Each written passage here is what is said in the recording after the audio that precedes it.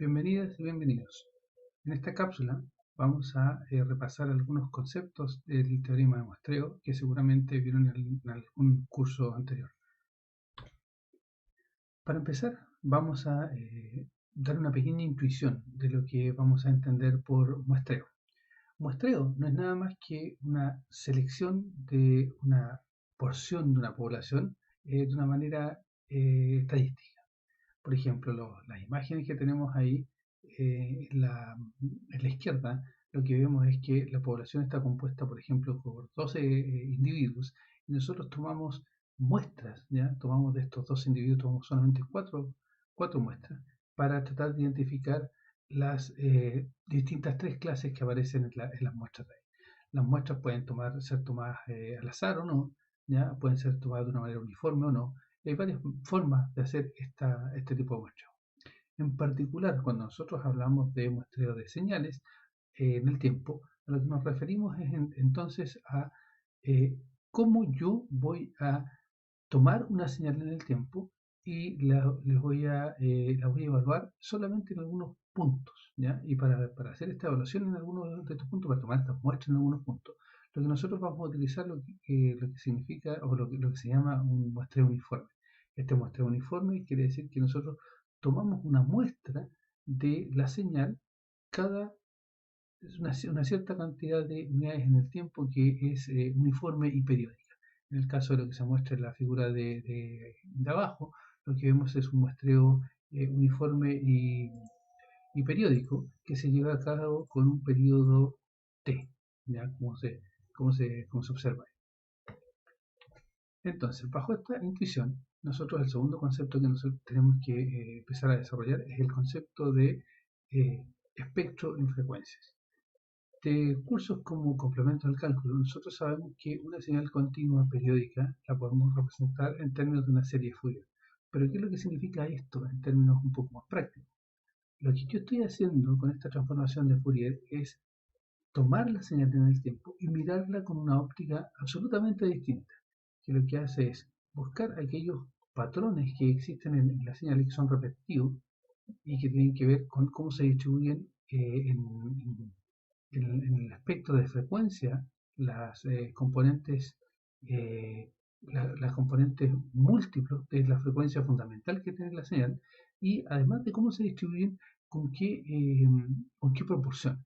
Por ejemplo, lo que tenemos ahí en la animación que se ve en la figura es que hay una señal cuadrada, o medianamente cuadrada, que nosotros la podemos representar como un conjunto, en este caso infinito, de señales senoidales. Estas señales senoidales vemos que el primer componente es el que tiene mayor preponderancia, el segundo componente es el que tiene un poco menos de preponderancia, etc. Y esa preponderancia, esa ponderación es la que nosotros graficamos como esas barras que se ven. Y esa distribución en las distintas componentes frecuenciales nos da una idea de que el componente más lento, que es el primero, es el que se lleva el gran porcentaje de la energía, mientras que el segundo, que es un poco más chico, se lleva otro porcentaje de la energía y me permite agregar un cambio o una velocidad de representación un poco más alta. Y así sucesivamente a medida que avanzamos en el espectro de frecuencia, en los valores de frecuencia hacia el infinito. Bueno, con estos dos conceptos principales e intuitivos que hemos desarrollado, la idea es resolver la siguiente pregunta fundamental de lo que es el teorema de muestreo. Si yo tengo una señal, ¿ya? Por ejemplo, la señal que aparece ahí en el dibujo como x sub 2, ¿qué frecuencia de muestreo, qué periodo de muestreo tengo que yo seleccionar con tal de representar de buena manera la señal original a partir de la muestra que yo hice?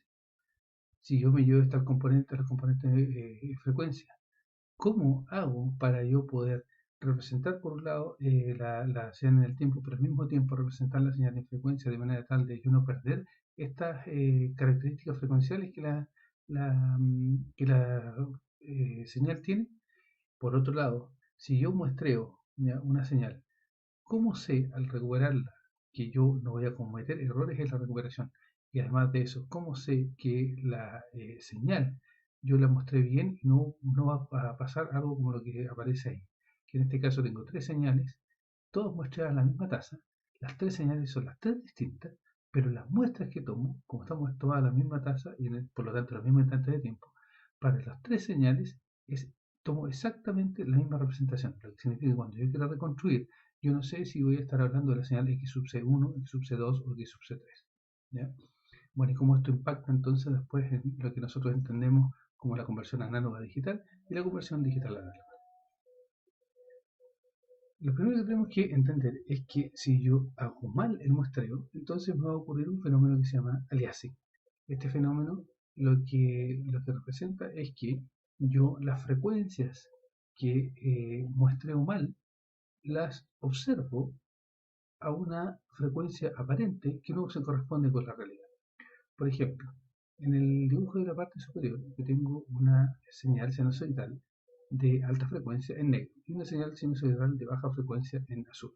Si yo muestreo la señal, cualquiera de las dos señales, en los puntos que están tomados en rojo, ¿ya? Yo voy a estar tomando muestras que a la hora de recuperar la señal, para los dos casos, yo la voy a recuperar con la señal azul. Es decir, que la señal de alta frecuencia yo la voy a observar a una frecuencia aparente que es muchísimo más lenta que la que realmente tenía. Por otro lado, si esto yo lo observo en el espacio, como se muestra en las fotos de más abajo, yo este efecto de alta frecuencia o de frecuencia más alta que yo no alcanzo a representar bien a partir del muestreo, producen que yo observe, en este caso, para esa pared que está ahí, que tiene componentes de alta frecuencia, que son los rectángulos que aparecen ahí, producto de que yo los muestreo mal, me aparecen esos pliegues que claramente no son de la imagen original. Entonces, el problema de tomar malas muestras es que yo obtengo una representación que no solamente es incorrecta, sino que al mismo tiempo hace que yo observe componentes que no están ahí como si realmente estuvieran. Es a eso lo que me refiero con una frecuencia aparente de la situación. El teorema del muestreo, ustedes lo conocen de otros cursos. El teorema del muestreo lo que establece como primera condición es que uno tiene que tener una señal de banda limitada. ¿Qué es una señal de banda limitada? Es aquella señal que por arriba de una cierta frecuencia, digamos W, ¿ya? Mayúscula en Hertz, entonces sus componentes de magnitud del espectro de frecuencia son todos iguales a cero. Si esta señal, como la que está en la parte inferior acá abajo, ¿ya? Es de banda limitada, entonces yo puedo utilizar el teorema de muestreo y yo sé que si muestreo a un periodo de muestreo igual al inverso del doble de la máxima frecuencia, yo voy a obtener una secuencia de datos muestreados que me van a permitir recuperar la señal original a partir de esa fórmula que está ahí, que es la que llama fórmula de reconstrucción ideal, que utiliza la función sync, y yo voy a poder obtener la señal continua sin mayor problema. En teoría, yo voy a obtener un error cero en la reconstrucción. Ese error cero en realidad es un error cero en los puntos donde yo tomé el muestreo, pero desde ese punto de vista no hay ningún problema. Si entonces se cumple con estas condiciones del teorema de muestreo de Nyquist y Shannon, lo que yo voy a poder hacer es realizar un proceso de conversión desde el mundo análogo al digital y después desde el mundo digital al mundo análogo. Y la reconstrucción que yo voy a hacer va a ser perfecta en el sentido de que en todos aquellos puntos en donde yo hice la toma de muestras, cuando yo lo convierta después al mundo análogo, la reconstrucción va a ser perfecta. Es decir, va a haber cero error en la interpolación final. Ahora, ¿cómo se observa esto desde el punto de vista del tiempo y de la frecuencia? Cuando yo hago un muestreo ideal, lo primero que yo me voy a tener que dar cuenta es que si yo miro los componentes de frecuencia, la señal original continua yo la puedo representar en el espacio Fourier a través de la transformada de Fourier del tiempo continuo, y yo voy a obtener una relación, un par, ¿ya? Que me va a permitir ir de un punto a otro. Pero cuando yo quiero tomar la transformada de Fourier de la señal discretizada, que es esta que está acá abajo, entonces lo que me va a ocurrir es que yo voy a tener que recurrir a otro objeto matemático, que es la transformada de Fourier de tiempo discreto. Esa transformada de Fourier de tiempo discreto tiene algunas pequeñas particularidades que vamos a ir empezando a ver. Por otro lado, si en estos puntos donde yo tomé las muestras, que son los puntos x sub c de t en t igual a nt mayúscula, entonces esa transformada de Fourier de tiempo discreto va a tener que ser exactamente igual a la transformada de Fourier de tiempo continuo en esos puntos de muestra. ¿Ya? Ahora, la primera particularidad de la transformada de Fourier de tiempo discreto es que si nosotros la observamos, cuando nosotros la calculamos, que es esta ecuación del lado derecho en la parte inferior, nosotros vemos que tomamos muestras, ¿ya? Que son estos puntos x de n, las pasamos al mundo de la frecuencia, pero este omega que aparece ahí es un valor de omega que va entre menos pi y más pi. Si lo comparamos con este valor de omega mayúsculo que está arriba, este valor de omega mayúsculo va entre menos infinito y más infinito, porque lo que nosotros estamos mirando ahí son los radianes a partir de que el omega es igual a 2pi por f, y donde f mayúscula está en Hz. ¿Ya? Y por otro lado vemos que hay un objeto un poco raro aquí, porque yo obtengo la representación en Fourier a través de una sumatoria, porque este es un objeto discreto. Sin embargo, cuando yo quiero obtener los puntos discretos, yo lo hago a través de una integral, a partir de lo que yo tengo acá. Esto pasa porque, a diferencia del caso de las señales continuas, yo tengo una frecuencia que es infinita, que es un valor real, un continuo, y aperiódico. En cambio, cuando yo muestreo, a pesar de que la señal original es aperiódica, yo voy a obtener un espectro que es periódico. Y ese es algo que inicialmente al principio no es intuitivo, y resulta además ser un poquito raro. Y esto se ve haciendo un poco de desarrollo y haciendo una comparación entre lo que es el espectro y los puntos muestreados, ¿ya? Para la señal muestreada y el espectro en los puntos de la señal continua, donde nosotros lo mostramos, y nosotros seguimos este procedimiento que está aquí, que simplemente es tomar la transformada de Fourier de tiempo continuo aquí, ¿ya? Hacer una transformación de variables y hacer esta comparación, o sea, hacer el álgebra aquí en este caso, hacer esta comparación, lo que obtenemos finalmente, que es el resultado, aquí está de hecho por un camino un poco más duro, más álgido de seguir, porque es bastante algebraico, lo que nosotros obtenemos es que existe una relación entre el espectro, que es el componente de acá a la derecha, de la señal continua y el espectro de la señal de tiempo discreto. Y lo que esta relación me dice es que el espectro de la señal de tiempo discreto es exactamente igual, de un factor de amplificación, a el espectro de la señal continua, pero repetido en múltiplos enteros del periodo o de la frecuencia, en este caso como está desplegado ahí, la frecuencia de muestreo, ¿ya? Y estos espectros además se solapan, ¿ya? Se traslapan o se suman entre sí. Esto de nuevo resulta ser bastante extraño, ¿ya? Y esto es una consecuencia natural de la siguiente intuición que viene a continuación.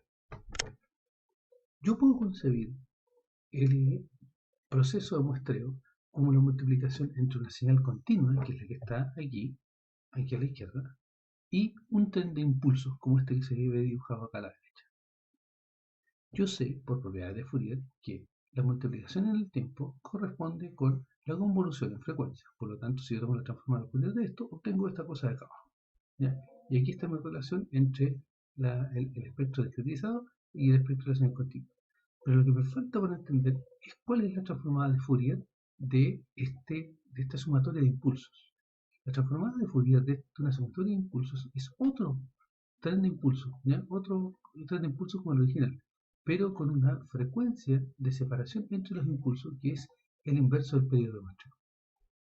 Por otra parte, como yo tengo que calcular la convolución entre el espectro continuo de la señal continua y este tren de impulso, yo tengo que acordarme que existe lo que se llama el teorema del sedazo, que me dice que la convolución entre una señal, tal vez no sea frecuencia, la convolución entre una señal cualquiera y un delta es exactamente igual a la señal original, pero desplazada en las unidades del delta. Entonces, al hacer esta convolución entre estas dos cosas, es que yo obtengo esta ecuación de arriba. Y aquí las cosas empiezan a tener un poquito más de sentido. Porque aquí lo que nosotros observamos es que el proceso de muestreo no es nada más ni nada menos que tomar una señal que es aperiódica y convertirla en periódica, producto de que yo lo estoy multiplicando por un tren de impulsos, que son los que realizan el muestreo, que eso sí tienen una periodicidad. ¿Ya? Y eso es lo que me hace ver las ecuaciones de una manera distinta. Esto hace también que nosotros tengamos la oportunidad de ver el aliasing en el espectro. Y esto se ve de la siguiente manera. Si yo tengo una señal de banda limitada, como el que está aquí arriba, se fijan que a partir de omega mayúscula sub h, todos los componentes frecuenciales son cero. Si yo la muestreo, lo que me dice el resultado anterior es que el espectro de esta señal se va a repetir en múltiplos enteros de la frecuencia de muestreo. Y aquí está la frecuencia de muestreo, que es omega s mayúscula. ¿Ya? Si esta omega s resulta ser mayor que esta omega h, entonces lo que me va a pasar es que las repeticiones de este espectro original, que tienen que escalarse por ese factor 1 que habíamos hablado al principio, las repeticiones de esta no se van a traslapar. En cambio, si esa relación no se cumple, si no se cumple que omega mayúscula s es menor que 2 veces de omega mayúscula h, entonces yo voy a tener que estos trozos de acá, ¿ya?, se van a traslapar con las copias a los lados. Y este traslape son los que generan las frecuencias aparentes que nosotros entendemos por aliasing. Entonces, ¿cómo evito el aliasing? Lo único que tengo que hacer es preocuparme de alguna manera de que todo lo que exista de esta frecuencia omega mayúscula sub h hacia arriba sea igual a 0. ¿Ya? Y eso es lo que vamos a conocer como el filtro anti-aliasing, que es aquel que nos elimina todas esas componentes. También aquí existe una terminología asociada al muestreo. Nosotros vamos a conocer como la frecuencia de Nyquist aquella frecuencia máxima que tiene la señal. ¿Ya? A partir de ella, todas las componentes de la señal continua que yo quiero mostrar son cero. Vamos a hablar de la tasa de Nyquist o de la frecuencia de Nyquist a dos veces esa frecuencia máxima, que es dos veces la frecuencia de Nyquist. Y vamos a hablar de la folding frequency, que va a ser igual a la mitad de la frecuencia de muestreo. ¿Ya? Y vamos a hablar de la frecuencia de muestreo, la mínima al menos, esto va a ser dos veces la frecuencia de Nyquist. ¿Cómo observamos el aliasing? Bueno, el aliasing ya dijimos que lo observamos como la repetición periódica del espectro original y los traslapes asociados. Pero también, si yo quiero olvidarme de las copias más arriba, yo puedo pensar esto en términos de lo que se llama la folding frequency. La folding frequency no es nada más que la frecuencia de muestreo partido por 2. Entonces, a partir de ese punto, de la frecuencia de muestreo partido por 2, que es el punto que está acá, yo veo que esta curva que está aquí, que continúa hacia puntos más allá de la frecuencia de muestreo partido por 2, es como que se dobla, se hace el folding. Y nosotros vemos que esta componente acá se repite al otro. Y eso es lo que me va a generar el aliasing cuando yo quiero enfocarme solamente en el primer rango de frecuencia y no considerar todas las repeticiones. ¿Ya? Ahora, ¿qué es lo que vamos a entender por interpolación? Vamos a entender por interpolación utilizar las fórmulas que nos dan Nyquist y Shannon en el teorema de muestreo para reconstruir la señal original a partir de las muestras. Y eso se hace utilizando las muestras aquí y un filtro de reconstrucción. Este filtro de reconstrucción, el filtro ideal, es un zinc, ¿ya?, que tiene esta forma, ¿ya? Es un seno sobre su argumento. Esta es una señal periódica que tiene soporte infinito, por lo tanto tiene algunos problemas. La gracia sí es que por la forma que tiene, como está sintonizada a la misma frecuencia de muestreo, en todos los puntos donde yo tomo las muestras se producen los cruces por cero y por lo tanto no se suman componentes adicionales asociados a las otras muestras, sino que se mantiene el pulso puro. El pulso puro con respecto a la muestra que yo tomo. Esto hace el hecho de utilizar el zinc como un interpolador o como un filtro de reconstrucción. Esto hace que nosotros tengamos un tremendo gran problema, porque el zinc tiene esta forma en el tiempo, por lo tanto tiene esta forma en frecuencia, una caja, que es un filtro ideal. Y esto en realidad no se puede implementar porque, si lo veo desde el punto de vista del tiempo, necesito una señal infinita, cosa que no tengo.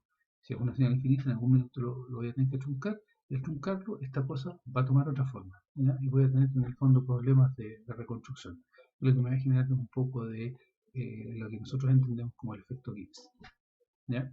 Eso es un hecho de la causa, no hay mucho más que hacer aquí, y las reconstrucciones utilizando la fórmula de interpolación lineal no son prácticas y son más que nada estudios que nosotros podemos hacer en clase. Pero a la hora de reconstruir, nosotros vamos a tener que recurrir a otro tipo de elementos de interpolación. Finalmente, cuando nosotros queremos hacer muestreos de señales del tipo sinusoidal, entonces estas vamos a tener que hacerlas con un poquito más de cuidado porque hay que mantener una cierta relación entre la frecuencia de muestreo y las frecuencias de las señales senoidales. En particular, lo que nosotros vamos a ver, lo vamos a ver como ejercicios aparte, es que la relación de frecuencias entre la señal a muestrear y la señal y el periodo de muestreo, ¿ya? La frecuencia entre esas dos cosas tiene que ser un número racional. Si no son un número racional, entonces vamos a tener algunos problemas con las señales periódicas y se nos van a volver a periódicas. ¿Ya? Lo que nosotros ahora usamos como aplicación de esto es que lo que nosotros entendemos como conversor análogo digital ideal no es nada más ni nada menos que utilizar el teorema de muestreo y utilizar el teorema de muestreo con al menos el doble de la frecuencia máxima que nosotros encontramos en la señal. Cuando el muestreo no es ideal, entonces nosotros ya no usamos un tren de impulso para muestrear, sino que utilizamos algún sample and hold o algo por el estilo, que son impulsos rectangulares, no impulsos, y lo que vamos a tener que dejar es una pequeña frecuencia, banda de guarda para que no se nos produzcan traslados importantes. La conversión digital análoga ideal es la que nosotros hacemos utilizando nuevamente el filtro de reconstrucción, y ese filtro de reconstrucción es el ideal y tiene los problemas que ya habíamos mencionado. Pero al mismo tiempo, cuando nosotros hacemos la conversión digital análoga, lo que nosotros necesitamos a la salida de manera análoga, lo que hablamos de un filtro anti-aliasing a la entrada que elimine todas las componentes de frecuencia que son mayores a la frecuencia de muestreo, ¿cierto? Lo que vamos a utilizar aquí es un filtro paso abajo para eliminar todos aquellos componentes de alta frecuencia, lo que se ejemplifica aquí en la figura. Finalmente, cuando nosotros tenemos señales como las que están ahí, ya esa XTN que está ahí, que son del tipo banda ilimitada, o sea, son de banda ancha, aquí lamentablemente no hay ninguna otra solución posible más que determinar un rango para la frecuencia fundamental, aplicar un filtro paso abajo anti-aliasing, eliminar todos los componentes a partir de una cierta frecuencia hacia arriba y truncar la señal original y recién proceder a mostrarla. Si no lo hacemos, todas aquellas frecuencias que sean mayores a la frecuencia que nosotros usamos para muestrear van a aparecer como aliasing en nuestra señal muestreada. Entonces, para evitar ese problema, por mucho que perdamos información, no nos queda otra que utilizar un filtro anti-aliasing y cortar sobre una cierta frecuencia hacia arriba para poder muestrear. Como overview de lo que vimos en esta cápsula, lo que podemos decir es que nosotros podemos pasar del mundo continuo al mundo discreto, que es lo que está acá a la izquierda, a través de los procesos de muestreo, ¿ya? Para pasar de continuo a discreto, y de reconstrucción, para pasar de discreto a continuo. En términos de frecuencia, nosotros pasamos desde el dominio del tiempo continuo al dominio de la frecuencia, ¿ya? Con la señal continua, a través de las transformadas de Fourier directa e inversa de tiempo continuo. Pero cuando tenemos señales discretizadas, nosotros pasamos a través de la transformada discreta, de tiempo discreto de Fourier, desde el dominio del tiempo a la frecuencia y viceversa con las transformadas. Lo otro que hay que tener en cuenta es que nosotros hablamos de tiempo continuo, tenemos valores absolutos, tanto en el tiempo como en frecuencia. Es decir, el tiempo en este lado está en segundos, mientras que la frecuencia en este otro lado está en hertz cuando lo hablo en frecuencias que no sean reales. Sin embargo, acá nosotros tenemos un tiempo que es un tiempo discreto, que son índices o números, y la frecuencia vamos a ver que tiene un pequeño cambio y está en la unidad y está normalizada. Y está normalizada con respecto a la frecuencia de muestreo que nosotros utilizamos.